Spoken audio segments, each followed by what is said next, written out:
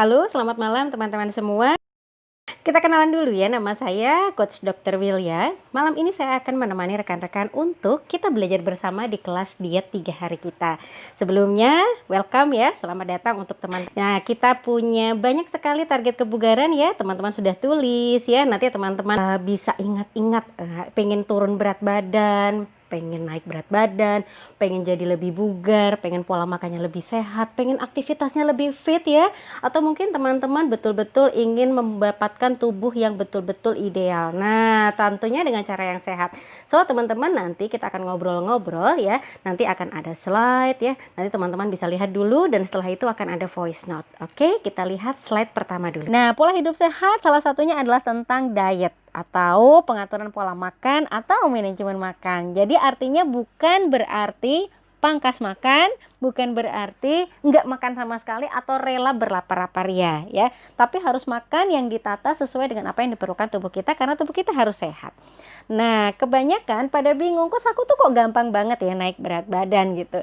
Mungkin karena masa di rumah aja kemarin ya, atau mungkin bunda-bunda yang habis melahirkan gitu ya. Nah, kenapa? Karena setiap teman-teman naik 1 kilogram berat badan, artinya tubuh teman-teman itu sudah kelebihan 7.700 kalori.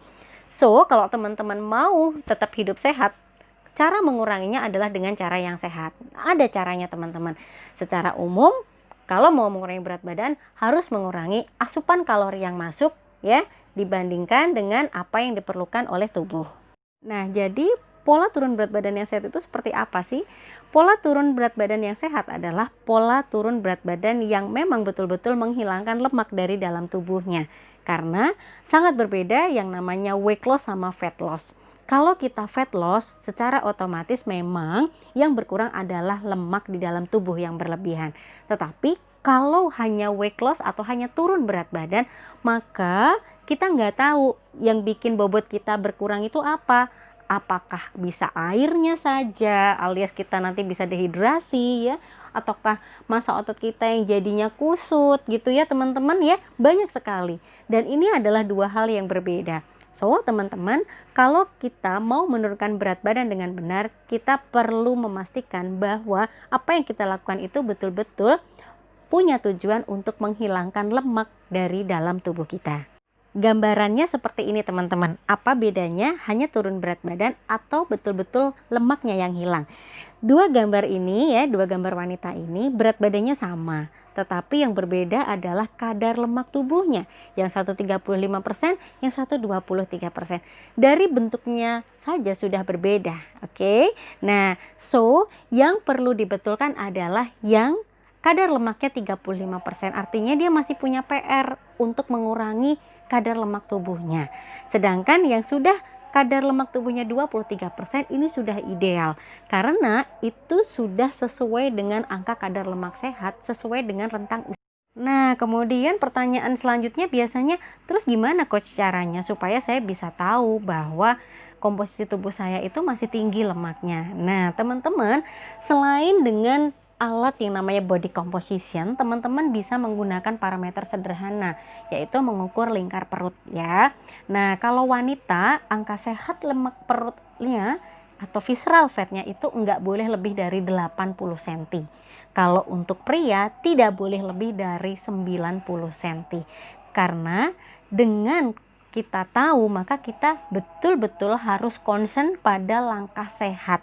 Ya, karena kalau kita lingkar pinggangnya sangat berlebih, maka kita punya resiko kesehatan yang sangat serius. Nanti coba diketik ya, berapa lingkar perut. Nah, untuk slide yang satu ini betul-betul harus direnungi teman-teman. Harus betul-betul dimasukkan ke dalam isi pikiran kita. Kenapa kita perlu untuk jadi lebih sehat?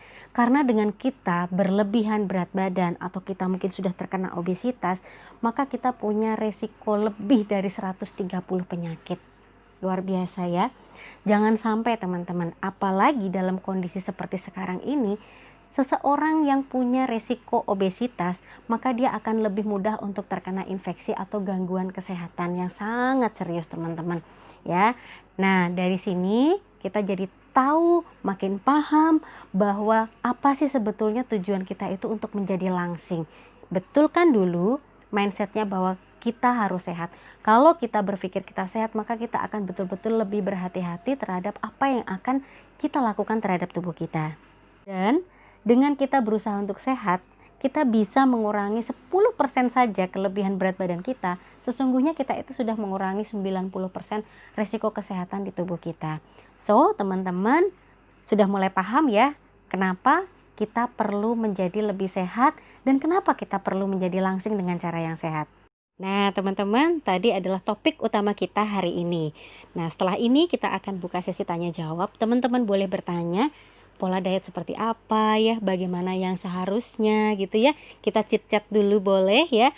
Kalau nanti ada pertanyaan yang tidak terjawab, sabar, kita masih punya 2 hari esok. Nah, sebelumnya teman-teman bisa lihat dulu video ya yang akan teman-teman lihat setelah ini, dan nanti berikan respon ya bagaimana setelah teman-teman melihat video ini. Apa yang teman-teman dapatkan dengan teman-teman sudah melihat video ini.